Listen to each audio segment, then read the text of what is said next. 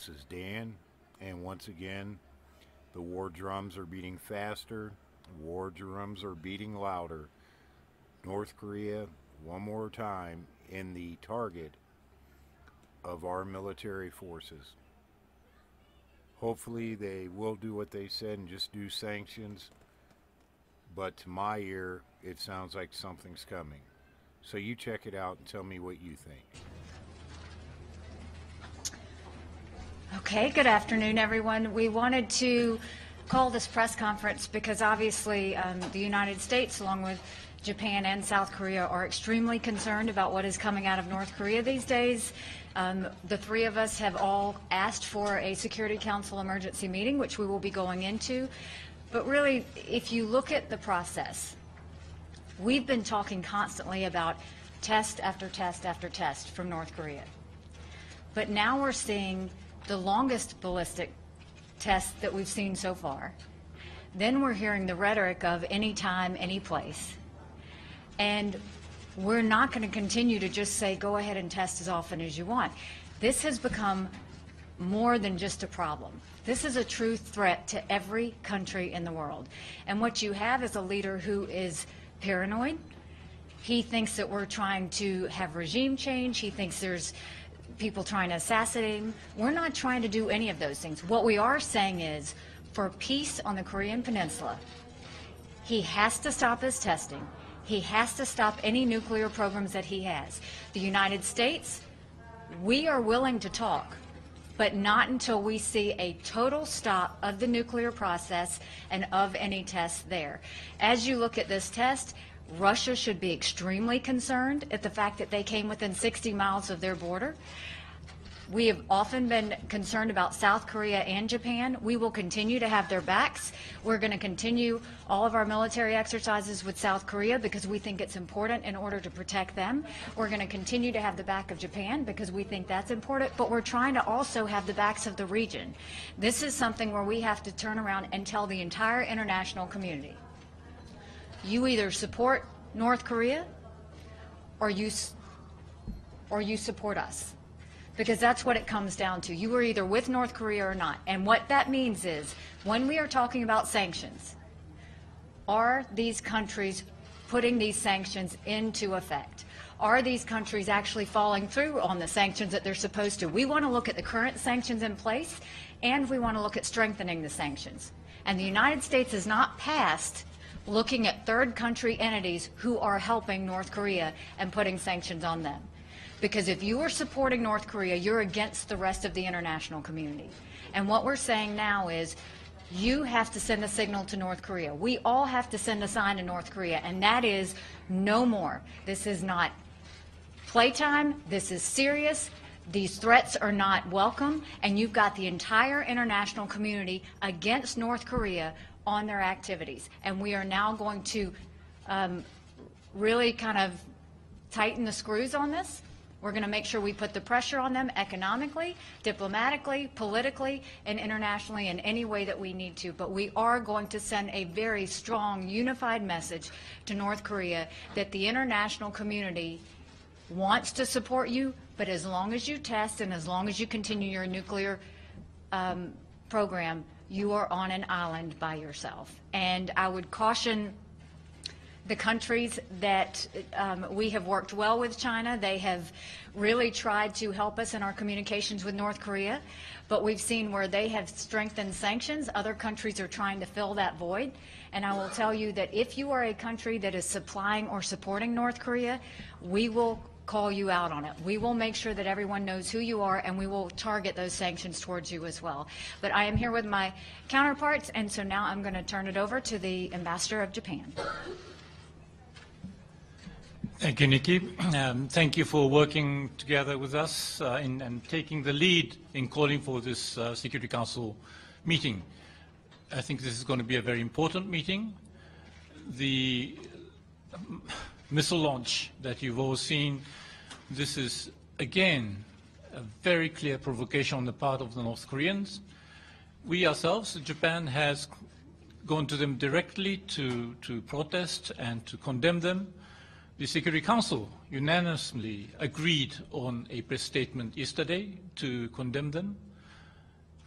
we'll have a meeting from now to discuss where we go from here. The important thing is we need to put further pressure on North Korea to make them feel that they have to change the course. A lot of people say, well, we've been going through this, so there need to be some change. Well, the change has to come from North Korea, not us. We will continue our course, and as you can see, the three countries, United States, ROK, and Japan, are standing together. It shows our solidarity, and we'll make it that way, keep it that way, and we hope that the international community will move with us. Thank you very much. Well, let me thank first Ambassador Haley and Ambassador Bescher for their leadership and solidarity in dealing with North Korea's yet another missile provocation, the 7th already this year alone. I also appreciate the press statement of the Security Council we issued yesterday that contains the strong language of condemnation and warning to Pyongyang.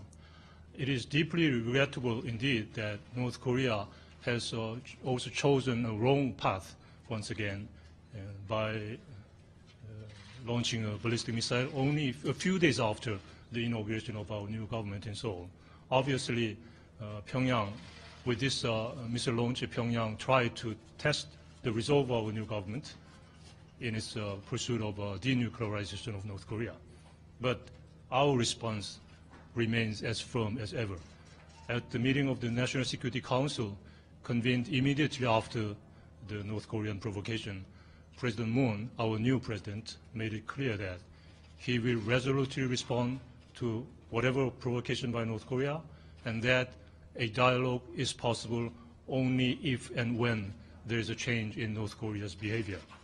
So I think Pyongyang must realize that, paradoxically, what they want to achieve by developing nuclear weapons can only be achieved by choosing the path towards denuclearization.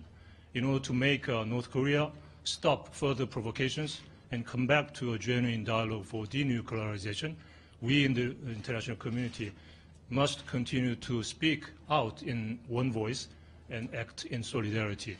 And we should do so with renewed sense of urgency, because North Korea is at the final stage of nuclear weaponization. Time is running out, and the clock is ticking towards the tipping point. Thank you. Yes. Yes, Rosalind Jordan with Al Jazeera English. We know that you and the Chinese have been discussing a way forward since the previous missile launch. Have the U.S. and China come up with a strategy or a set of sanctions that they are ready to present to the Security Council? I think that's what we're working on now. We don't have it done yet, but I think we are working with Beijing along with South Korea as well as Japan, as we are all trying to work together to come up with a unified plan as to how to approach North Korea. But absolutely, sanctions is something that we're looking at, and we're going to continue to see where that takes us. Last time, Michelle Nichols from Reuters. Yes. Secretary of State Tillerson was here, and he said that the Security Council should act before North Korea does. Do you sense that the Chinese are willing to impose further new sanctions on North Korea before North Korea conducts some sort of nuclear test or long-range missile test? So I think that China was really working with us in terms of tightening the sanctions, in terms of what they were saying to North Korea, in trying to convince them.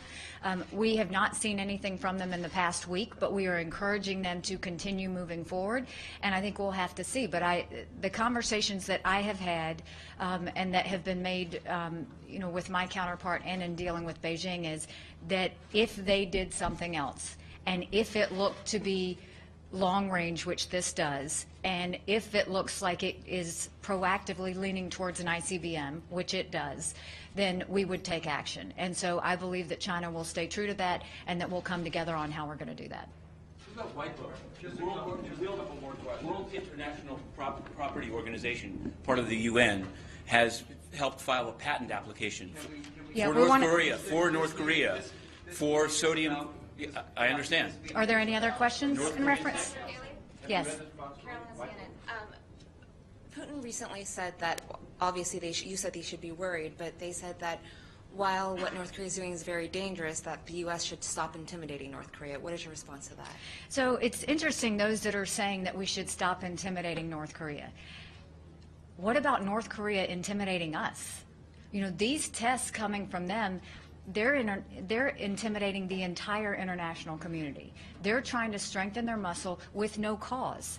There is no reason for North Korea to be having these actions outside of the fact they just choose to do so. So the idea that Russia would say we're intimidating, they have it all wrong. It is actually North Korea trying to intimidate the international community, and Russia itself should be concerned because that ballistic missile test was a signal to South Korea for their new elections. It was a signal to Russia and how close it got.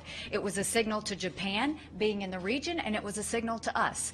And through that, the threats on all of us create threats for the entire international community. Everyone should be concerned. And Russia has the same decision to make as the rest of the international community. You either support North Korea or you don't, but you have to choose. You have to pick a side. One more question from the Asian press, please, for Ambassador Haley's counterparts, and they have to go into session.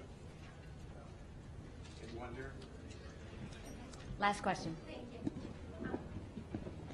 Sally Mendoza from Voice of America. Ambassador, we have heard reports just recently about the cyber attack and then possibility they might have come from North Korea. We know the Obama administration had said that they had a big facility where they were training hackers to do this type of attacks.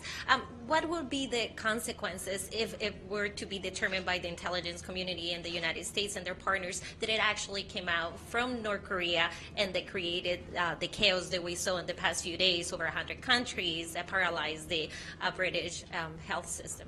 Sadly, it wouldn't be a surprise, but it would increase the concern.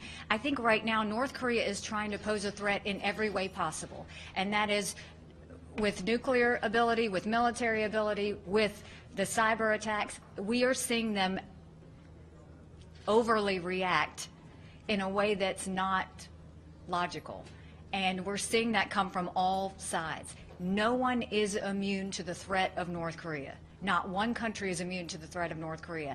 And so if every country does not act, if every country does not impose sanctions that are in response to the UN resolutions we've already passed, if every country doesn't look at new sanctions to put on North Korea, then you are allowing them to continue the acts they're doing, and you're supporting them in that process. And that's something that the international community will have to decide.